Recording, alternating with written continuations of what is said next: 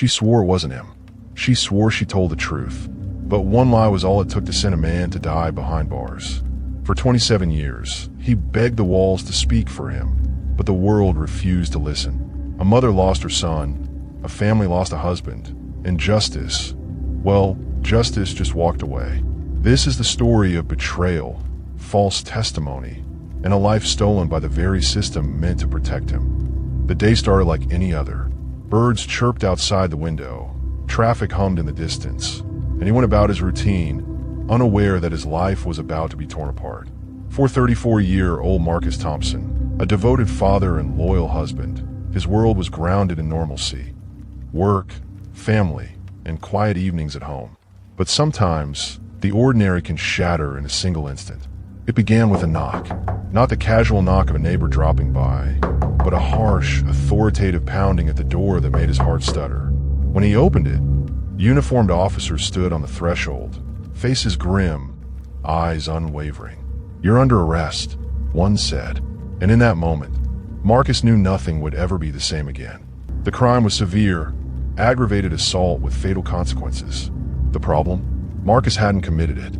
He hadn't even been near the scene.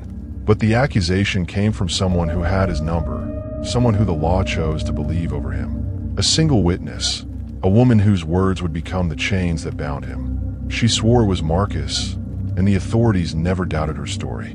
As they led him away, Marcus's wife, Angela, clutched at his arm, eyes wide with disbelief.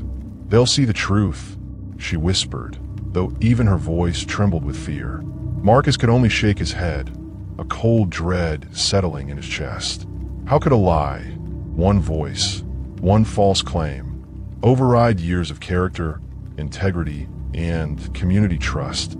How could the system designed to protect him now condemn him? That day, the walls of the courthouse became a cage before he even saw the inside of his cell. His family's world began to crumble around them, the whispers of neighbors turning to judgment, the news reports painting him guilty before a trial ever started.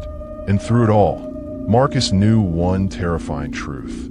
If the system had already decided his fate, then survival meant more than just proving his innocence.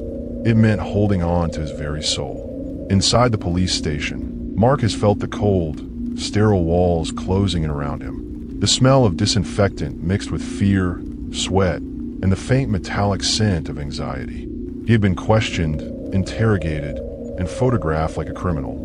But all he wanted was the chance to tell the truth, to explain that he had nothing to do with what had happened. But truth had little currency here. Every word Marcus spoke was met with skepticism, every alibi dissected and doubted. The woman's testimony was sharp, polished, and relentless. She painted a vivid picture, one that didn't just accuse Marcus. It convicted him in the minds of those holding the power.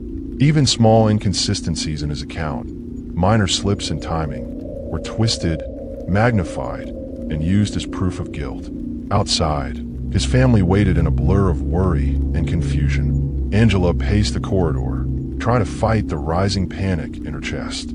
Friends who once offered support now exchanged nervous glances, some whispering that Marcus might be guilty despite what they knew in their hearts. Marcus felt the isolation creeping in, the creeping, icy fear that no one, not even the people closest to him, could shield him from the consequences of a lie. The investigation moved like a tidal wave, fast and unforgiving. Evidence was collected, reports filed, and every step seemed to point to Marcus's inevitable conviction. He watched, helpless, as his world became a courtroom drama where he was the only one without a voice. The officers treated him with professional distance. The district attorney spoke with cold certainty, and the jury, though not yet convened, was fed the story of a man who had, in all appearances, crossed the line. Each day, the weight of anticipation pressed down harder. Marcus couldn't sleep, couldn't eat, couldn't escape the suffocating reality. He was trapped in a system that refused to look past the lie. And somewhere in the shadows, he felt the woman's gaze, imagining that she relished every moment of his growing despair. Marcus understood then, this wasn't just about justice anymore. This was about survival against a machine designed to destroy him. The night before his arraignment, Marcus lay on the thin mattress of the holding cell, staring at the ceiling. Every creak of the old building, every muffled shout from the corridor, made his heart jump. His thoughts spiraled. What if the lie won? What if the system, cold and blind, decided his fate before he even had a chance to speak? He remembered the first time he saw her face in court, smiling, poised, eyes sharp like knives. That smile had been the starting gun in a race he never wanted to run, a race that now defined his life.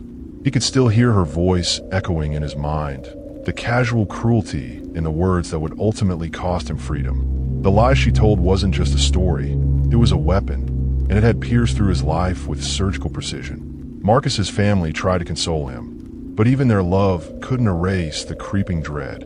His mother held his hand, trembling, as if her touch could shield him from the storm. His younger sister's eyes were wide with fear and confusion, not understanding how the truth could be twisted into something unrecognizable. Friends came and went, some hesitant, some fearful of associating with a man already painted guilty. It was a loneliness Marcus had never known, a bitter isolation intensified by the knowledge that one woman's deception could dismantle everything he had ever built. Morning came, gray and unrelenting. Marcus was escorted into the courtroom, chains clinking, heart pounding. He took his place, facing the judge, the jury, and the sea of eyes that would ultimately decide his fate. The air felt heavy, thick with expectation, accusation, and the silent whispers of injustice. Outside, the world carried on as if nothing had happened, oblivious to the life that hung in the balance inside that room. He clenched his fists, took a deep breath, and tried to summon courage. But deep down, Marcus knew the cruel truth. This was a fight he had never asked for, against a system that thrived on appearances, a lie that had taken on a life of its own, and a world that often punished the innocent while shielding the guilty. The courtroom smelled of stale coffee, polished wood, and anxiety. Marcus sat rigid in his chair, hands folded tightly on the table in front of him, as the prosecutor began to speak. Every word was precise, every accusation sharp, designed to cut through his defenses before he even had a chance to respond. The walls seemed to close in, echoing with whispers of guilt before any verdict had even been reached. He watched her from across the room, the woman whose lie had set this nightmare in motion. She sat perfectly still, poised and confident, as if the courtroom were her stage, and Marcus merely a prop in a story she controlled. The betrayal burned hotter than any anger he had felt before. It wasn't just that she had accused him. It was the ease with which she dismantled his reputation, the precision of her lies, the way she made it believable to those sworn to seek truth. The jury filed in, faces neutral but eyes scanning for any hint of guilt. Marcus felt the weight of centuries of systemic injustice pressing down on him, a familiar but unrelenting shadow. He had witnesses ready, alibis documented, evidence that should have painted a very different story. Yet, as each piece was presented, the skillful manipulation of the prosecution twisted facts and turned them against him. Words became weapons. The truth became fragile and easily bent. Outside the courtroom, the world waited with indifference. News cameras flashed, reporters whispered, and the community murmured its judgments. Inside, Marcus felt the cold hand of inevitability brushing against his spine. He tried to focus on the faces of his family in the gallery, his mother clutching a handkerchief, his sister hiding tears, but the tide of prejudice, disbelief, and systemic failure was rising fast.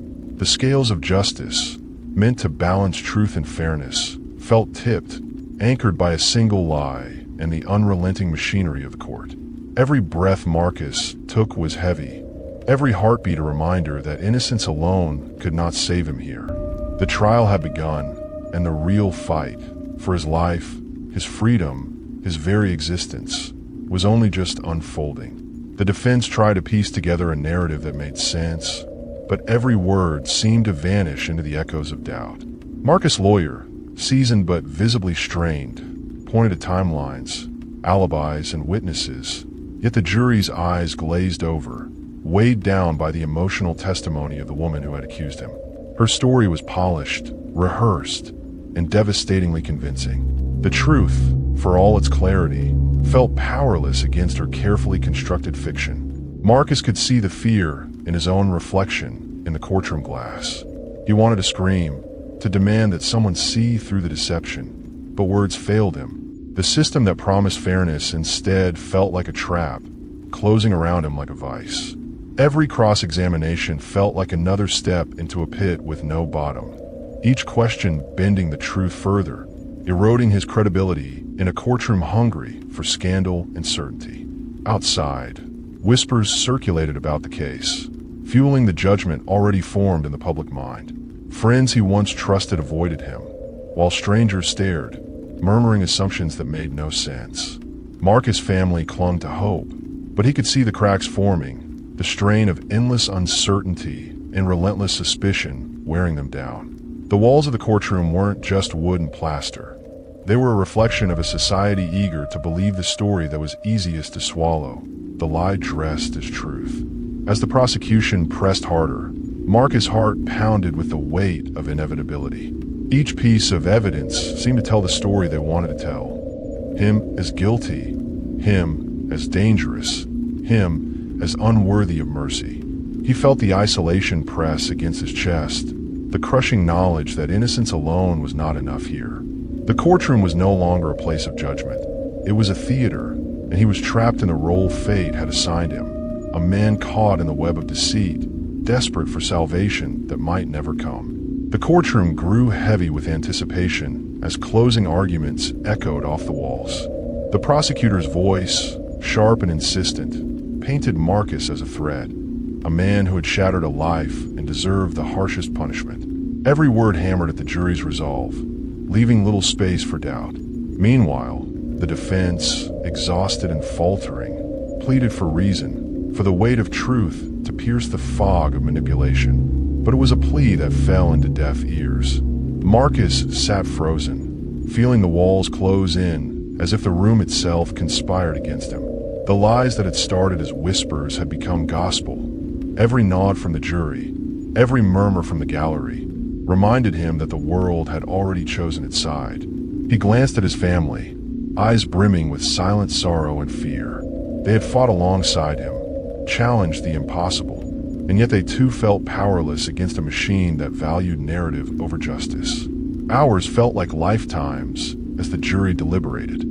Every tick of the clock was a hammer blow against hope. When the foreperson finally stood, the air vibrated with tension so thick it felt suffocating. The words were precise, cold, and absolute. Guilty. Marcus' world shattered in an instant. The truth, irrelevant. Innocence, invisible. His life, stolen by a lie. As the judge passed sentence, Marcus' heart sank deeper. Years in a cage for a crime he did not commit. A lifetime reduced to a series of locked doors and iron bars. The woman who lied smiled faintly, her story vindicated, while the system, the very one that promised fairness and justice, quietly moved on to its next victim. Marcus' cries, muted behind the gavel, were drowned by the applause of society that celebrated resolution over righteousness. From a cell where he would begin his sentence, Marcus realized something cruel. The truth had no power here.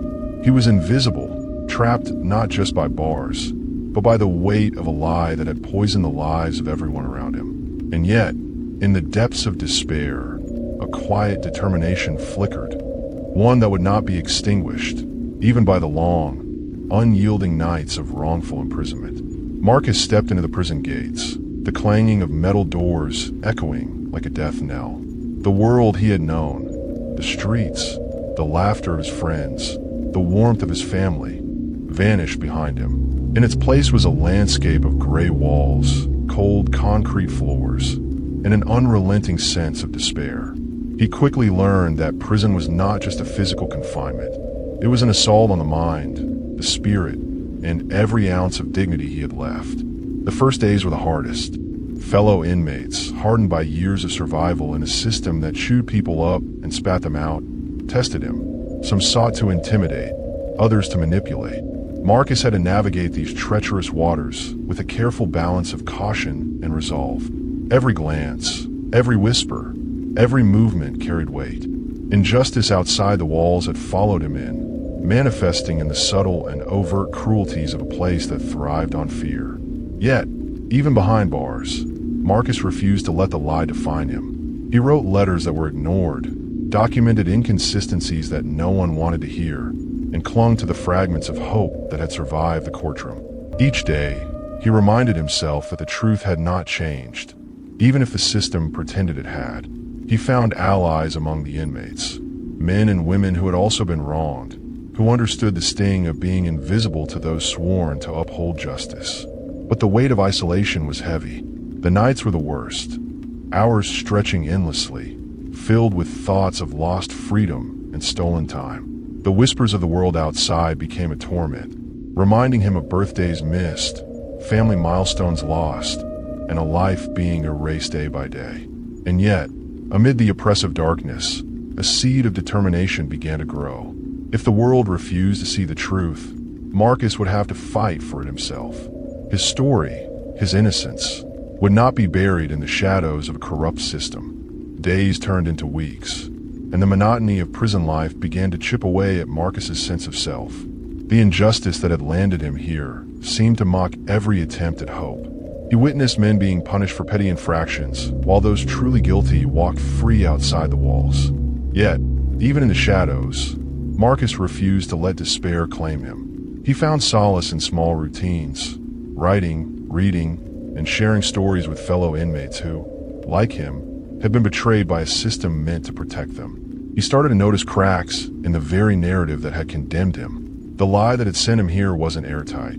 It was built on fear, manipulation, and a single false statement that had grown into a death sentence.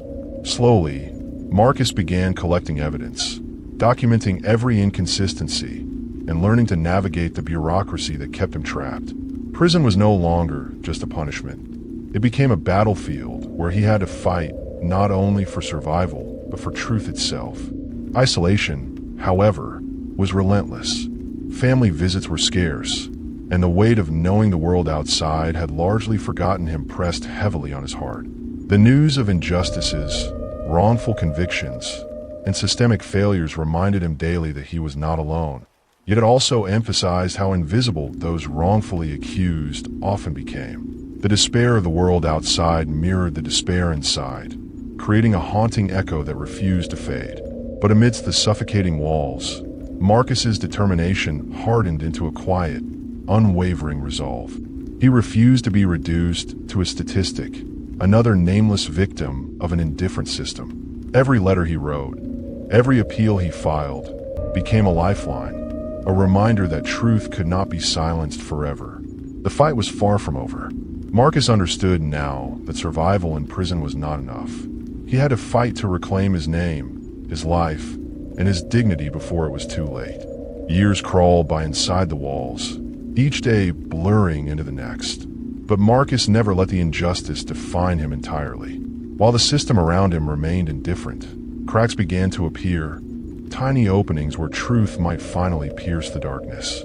Lawyers, journalists, and advocates started paying attention, their interest sparked by inconsistencies Marcus had documented, the same ones that had been ignored for so long. Letters that once went unanswered began to draw responses. Hints of hope emerged through calls from outside, whispers of possible appeals, and a growing network determined to uncover the truth. But the fight was not without cost. The emotional toll was immense. Friends he made inside left prison or lost hope. His family aged with the weight of uncertainty, and Marcus often lay awake at night wondering if he would ever see justice before it was too late. The betrayal of the woman's lie that had stolen his freedom haunted him constantly. How could a single false accusation spiral into decades of suffering, into a life stolen? Marcus realized that his struggle was bigger than himself. It was about shining a light on a system where the innocent could be condemned with frightening ease. Every victory, no matter how small, became a symbol of resilience, a way to honor those who could not fight for themselves. And then, after years of relentless effort, a breakthrough arrived. New evidence, previously overlooked, combined with the unwavering advocacy of those who refused to forget him, led to an appeal. The court had no choice but to reconsider. Marcus's name, long buried under the weight of injustice, began to rise once more. It was not a simple path to freedom, but it was a testament to the enduring power of truth the courage to fight against impossible odds, and the human spirit's refusal to be extinguished. Though the system had failed him, Marcus proved that persistence could prevail, that lies and deceit could be challenged, and that even in the darkest corners, justice could eventually find its way. Marcus's story is more than a tale of one man's suffering. It is a mirror reflecting the fractures in a justice system that can fail even the most innocent among us. It reminds us that behind every headline, every conviction, there are human lives. Lives filled with hope, love, fear, and resilience. He lost years, moments, and memories that can never be returned, yet his spirit endured. The betrayal, the lies, and the indifference of those around him did not extinguish his will to fight. As you sit here watching this story unfold, take a moment to ask yourself, how many other Marcuses are out there? How many have been silenced by false accusations, racial prejudice, or a system that values procedure over truth? His story is a call to awareness, a call to empathy, and a reminder that justice is not always swift or fair, but the fight for it must continue. If this story moved you, let it sit with you. Talk about it. Share it. Let it spark conversations about injustice, truth, and accountability. And for those who want to stand alongside voices like Marcus's, hit subscribe, because every view, every comment, and every share helps shine a light on stories that demand to be told. Tell us what you think. Could Marcus have been saved sooner? How does this story make you feel about the system meant to protect us? Leave your thoughts in the comments below. Your voice matters. And remember, on Black Crimes Diary, we're here to uncover the untold, to bring justice to the unheard, and to remind the world that every life deserves truth.